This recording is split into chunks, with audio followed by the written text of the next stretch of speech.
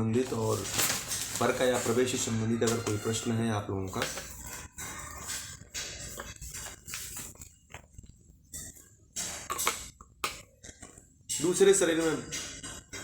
दूसरे शरीर में प्रवेश करना वो सिद्धियों के माध्यम से होता है।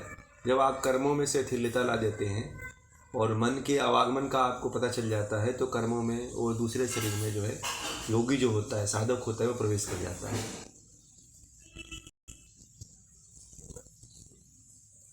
नहीं, नया जन्म लेकर के नहीं, इसी जन्म में अगर आप सिद्ध हो जाते हैं, सिद्धि को प्राप्त कर लेते हैं, तो इस सिद्धि को प्राप्त कर लेते हैं प्रकाश शरीर वाली, तो आप प्रवेश कर सकते हैं।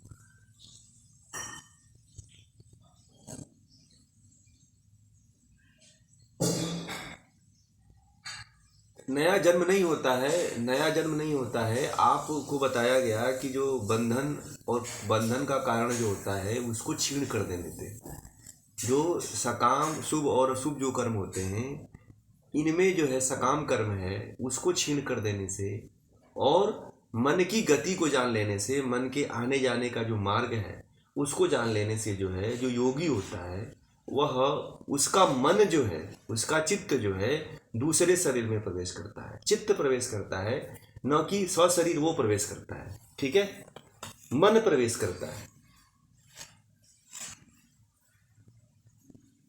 हाँ, मन प्रवेश करता है, न कि शरीर प्रवेश करता है। यहाँ पे चित्तस्य पर शरीरावेशा कहा है, यानी कि केवल जो है चित्त प्रवेश करता है, यानी कि मन प्रवेश करता है, शरीर नहीं प्रवेश करता है। ठीक है, हाँ, तो चित्त प्रवेश करता है। बदलाव ये होता है कि जो संस्कारित योगी होता है वह अपनी दृष्टि से वह उस शरीर में जाके कर्म करता है, परंतु कोई मृत शरीर है तो उस शरीर में ही कोई जीवात्मा प्रवेश करती है, ऐसे नहीं प्रवेश कर सकती है। अगर वह शरीर मृत्यु हो गई तो अब ये चीज़ पता नहीं संभव होता है कि नहीं होता है, परंतु ऐसा कहते हैं कि जो है जीवात्मा जो होती है वो दूसरे शरीर में प्रवेश करके वो लंबे समय तक भोग करती है, परकाया शरीर प्रवेश करके। जैसे हनुमान जी को कहा जाता है, आदि शंकराचार्य को कहा जाता है, अश्वत्थामा को कहा जाता है कि ये लोग जो है परकाया प्रवेश कर करके ही अभी तक जीवित हैं लंबे समय तक। तो शरीर चाहिए जीवन के लिए, तो इस सिद्धि का उपयोग कर करके आज तक वो लोग जीवित हैं।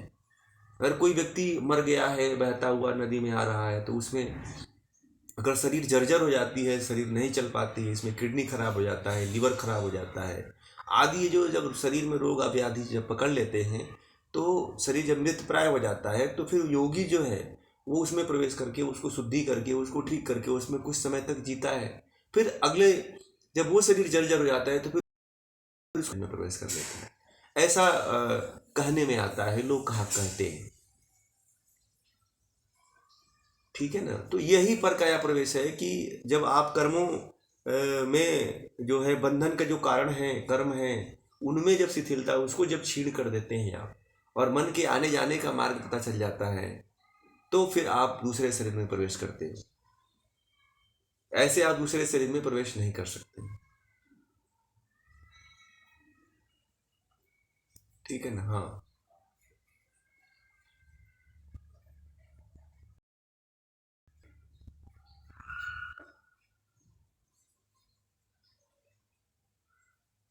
हाँ, वो फिर मृत्यु हो जाती है उसकी। ये चीज थोड़ा कठिन है, दूसरे के शरीर में आना, फिर अपने शरीर में प्रवेश करना थोड़ा मुश्किल हो जाता है। ठीक है, हाँ, ये साधना पद्धति जो है ये थोड़ा कठिन है और बहुत ही कम योगी होते हैं जो इसमें आते हैं। ठीक है, दूसरे जो कोटि के योगी हैं जो इस रहस्य को जानते हैं वही दूसरे फिर जो है अपने शरीर में प्रवेश कर पाते हैं। जाना आसान है, लौटना थोड़ा मुश्किल है। ठीक है, वापिस लौटना जो है अपने शरीर में लौटना थोड़ा मुश्किल है। शंकराचार्य जो आदि शंकराचार्य आदि जो थे वो तो इसको सिद्ध थे। कहते हैं आदि शंकराचार्य के बारे में कि वह जो है दूसरे के शरीर में प्रवेश करके फिर अपने शरीर में आ गए थे, ऐसा कहते हैं। पता नहीं कितनी इसमें सच्चाई है, तो ये हमें नहीं कह सकते, परंतु ये है कि उस तरह का कोई योगी, पहुंचा हुआ योगी है तो वही कर सकता है। ठीक है ना, कि शरीर से निकल करके फिर शरीर में प्रवेश कर जाए। बात यह है कि अगर शरीर को कोई बाहरी आदमी कोई छेड़ देता है, अगर मान लीजिए कि आपने शरीर से सूक्ष्म शरीर को निकाल लिया, उसके साथ जीवात्मा भी जाएगी, तो अगर अगर उस शरीर से कोई दूसरा छेड़छाड़ कर दिया, फिर आप उस शरीर में आते हो लौट करके, तो फिर मुश्किल हो जाता है। जैसा शरीर है वैसे ही पड़ा हुआ है, फिर अगर आप लौट करके आते हो तो आप प्रवेश कर जाओगे।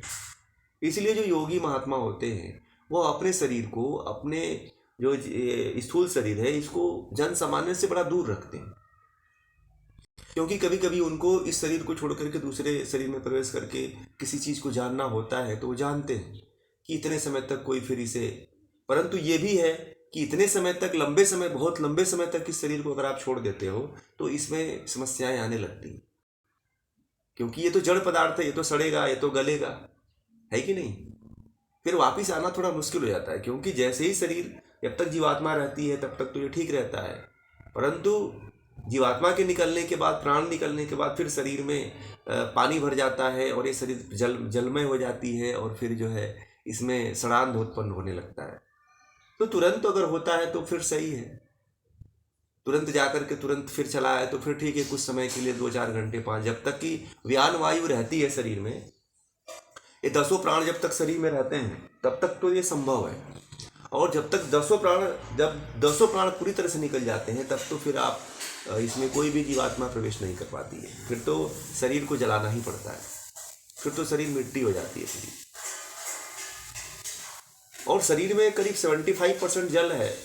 अगर शरीर को वैज्ञानिकों ने जलाया तो मात्र जो है 100 ग्राम होता है जलने के बाद इसके पूरे शरीर का राख जो है, ठीक है ना। 100 ग्राम से 80 ग्राम तक पूरा शरीर जलता है तो होता है, बस इससे ज़्यादा इस शरीर का ठोस पदार्थ इतना, इसकी वैल्यू नहीं है। उसके बाद तो जल है, मांस है, पानी है, 75% बस शरीर में जलता है, तो मात्र जो है 100 ग्राम राख बचती है इसकी, इससे ज़्यादा नहीं होता आपके पूरे शरीर का जो आकार है। किसी का 80 ग्राम होता है, किसी का 100 ग्राम होता है, इससे ज़्यादा नहीं होता है।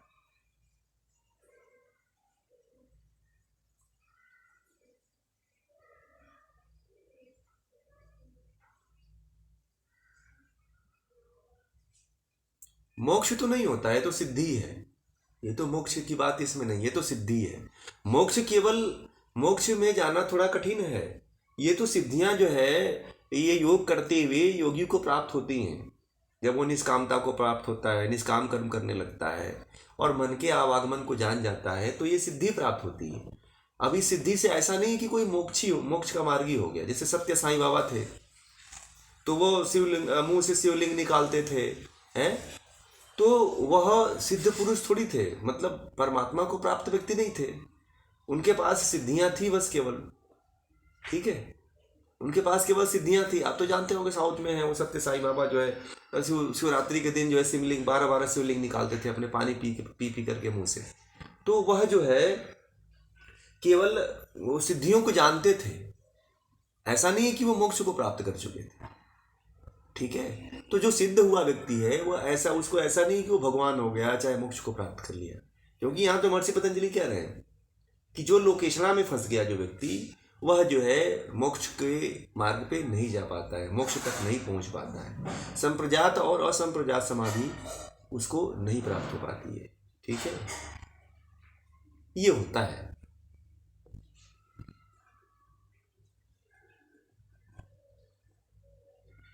वित्तेषणा, लोकेशणा, लोकेशणा, पुत्रेषणा, वित्तेषणा, हाँ ये, हाँ ये जो 3 चीज़ों में जो व्यक्ति होता है ना, जो घनीभूत होता है व्यक्ति, ये हर व्यक्ति चाहता है।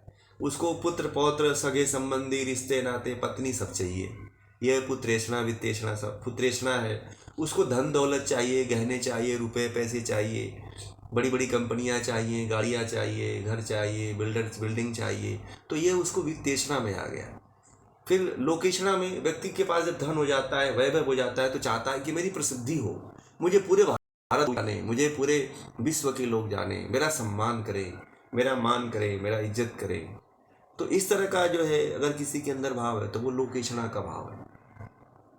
इस तरह का भाव अगर किसी के अंदर ऐसा बनता है तो वह जो व्यक्ति होता है वह संसार में ही फंसा रहता है, फिर संसार से कभी नहीं निकल पाता। वह क्योंकि जड़ वस्तुओं को अपना मानने लगता है, संसार से संबंध जोड़ने लगता है, और संसार उसका है नहीं।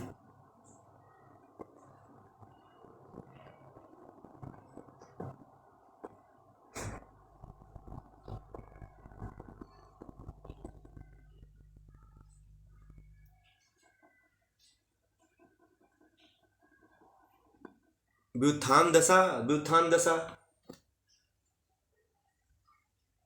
व्युत्थान, वही व्युत्थान जो आपके दबे हुए संस्कार हैं वो उभरने में ये सिद्धियां रोकती हैं, बस और कुछ नहीं करती हैं। ठीक है। कार्य एक, इसमें दो पक्ष है ना। आप चाहें तो इसमें सिद्धियों समाधि, इसमें चाहे तो भोग का आनंद ले लीजिए, चाहे तो आप जो दबे हुए कर्म हैं उनको दबा लीजिए इन सिद्धियों के माध्यम से और आप समाधि में पहुंच जाइए। इसका तात्पर्य यही है। हाँ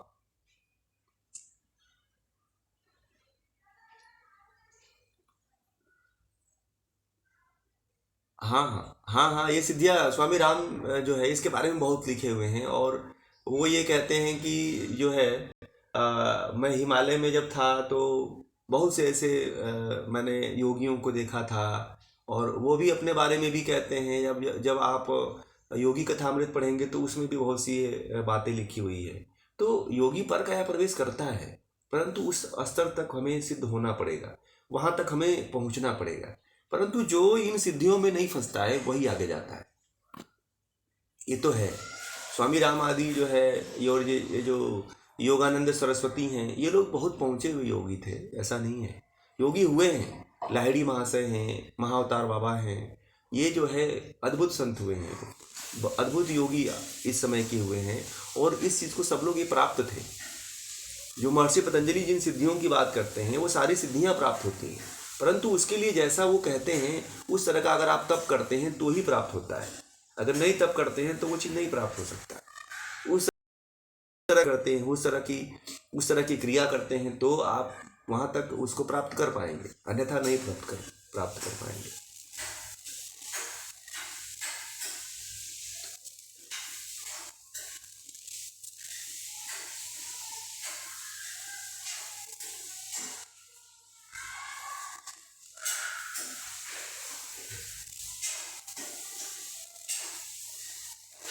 नहीं नहीं, वो जो मृत शरीर में पहुंचेगा, ध्यान रखिए, वो किसी के दूसरे शरीर में, जिंदा शरीर में तो नहीं प्रवेश करेगा। ठीक है, किसी दूसरे के जिंदा शरीर में कोई आत्मा नहीं प्रवेश कर सकती है। ठीक है। हाँ, दूसरे मृत्यु शरीर में अगर प्रवेश कर जाता है तो वह उस व्यक्ति के कर्म को नहीं लेगा, अपने कर्म को का फल उसको मिलेगा। ठीक है। उसको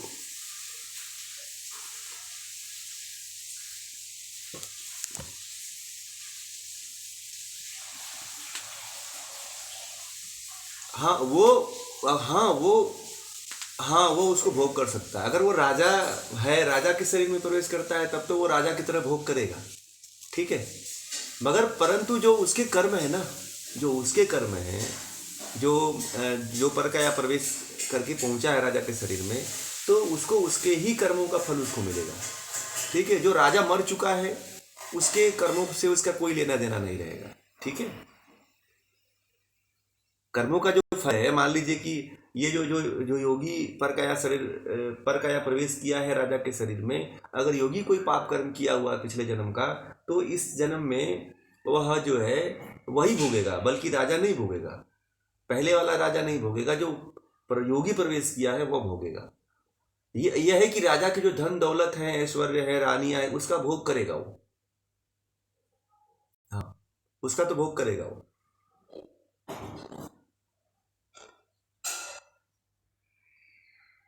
जो लौकिक का मतलब जो संसार में आपको दिख रहा है ना, जो ये दिख रहा है लौकिक संसार, जो है पूरा जो इस समय दिख रहा है वही लौकिक संसार है। लौकिक कहते हैं, पारलौकिक कहते हैं, एक जो नहीं यहाँ से थोड़ा, वह मरने के बाद कहते हैं कि वो दिखता है, स्वर्ग आदि में दिखता है। मरने के बाद जो होता है उसको पारलौकिक कहते हैं। लौकिक इसी संसार में जो दिख रहा है आपको, ठीक है ना। सूक्ष्म शरीर में मन, पंच ज्ञानेन्द्रियां, पंच कर्मेंद्रियां, तन्मात्राएं,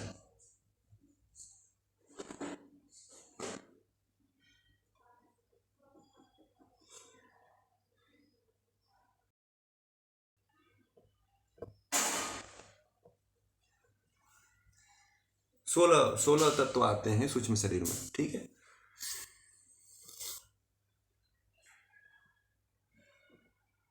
वो कारण शरीर, देखिए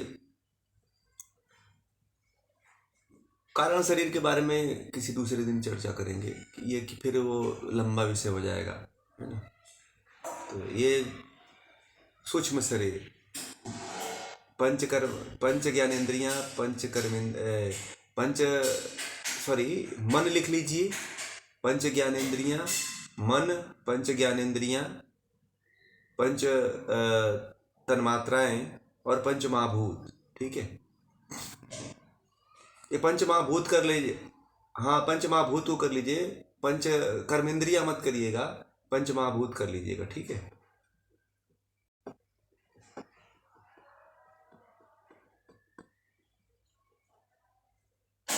तो पंच महाभूत में सब आ जाएंगे ना, सब।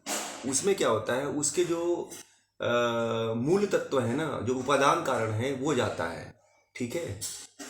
जो उसके उपादान कारण है वो जाता है, ठीक है।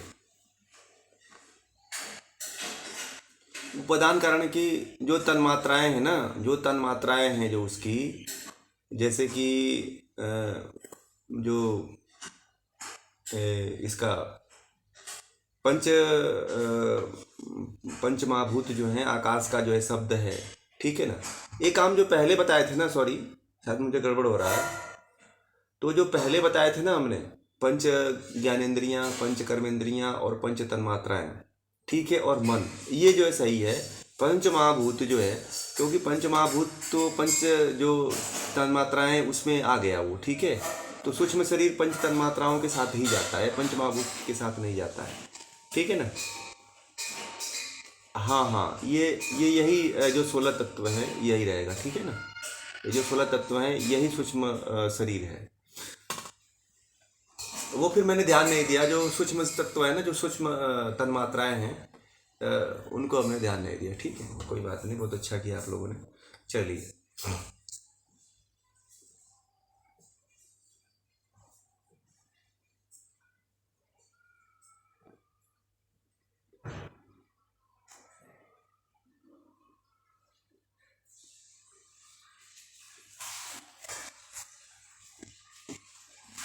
वो चाहे तो किसी भी शरीर में प्रवेश कर ले, चाहे तो कुत्ते के शरीर में भी प्रवेश करता है, परंतु वो कुत्ते वाला संस्कार फिर जगेगा उसे। अगर मान लीजिए कोई कुत्ता मर गया है, कुत्ते के शरीर में अगर प्रवेश करता है तो फिर उसको कुत्ते का संस्कार ही मिलेगा।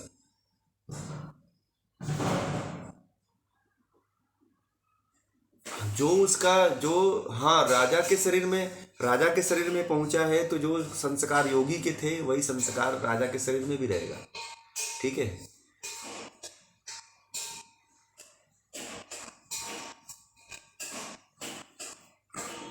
वो देखिए, वो मानने के लिए वह जो है, जब पर का या जो प्रवेश कर सकता है, वह उसके पीछे का जो कर्म रहा है वो भी तो जान सकता है कि पीछे राजा कैसा जीवन जीता था, किस तरह का जीवन, किस तरह का व्यवहार करता था, वो भी तो देख सकता है ना वो। और भी तो सिद्धियां हैं जो वो पूर्व काल की जो उसके जीवनचर्या थी उसको भी देख सकता है वो, ठीक है।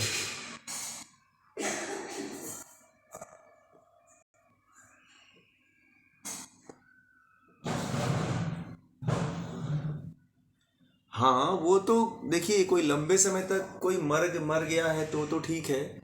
जैसे कि कोई योगी है, अगर किसी शरीर में प्रवेश कर गया और जाकर के फिर जो है गुफा में बैठ करके तप कर रहा है, तो उसके लिए तो कोई बात नहीं, वो तो मोक्ष को प्राप्त कर लेगा। परंतु अगर कोई संसार में आ गया, कोई योगी संसार में आकर के संसार को भोगता है, तो फिर उसे संसारिकता में फंसना पड़ेगा फिर। तो फिर योगी ऐसा नहीं फंसता है। जो देखिए, जो सकाम कर्म करने वाले लोग होते हैं, जो भोग करने वाले लोग होते हैं, वह ऐसी गलती करते हैं। परंतु जो सच्चा योगी होता है वह कभी भी तुच्छ चीज़ों की तरफ नहीं लौट के आता है, ठीक है ना। वह कभी भी तुच्छ चीज़ों के प्रति नहीं आके भोग के तरफ लिप्त नहीं होता, क्योंकि वो जानता है कि अगर मैं भोग करूँगा तो मैं फिर मेरा जो तप है, तपस्या है, वो सब भंग हो जाएगी।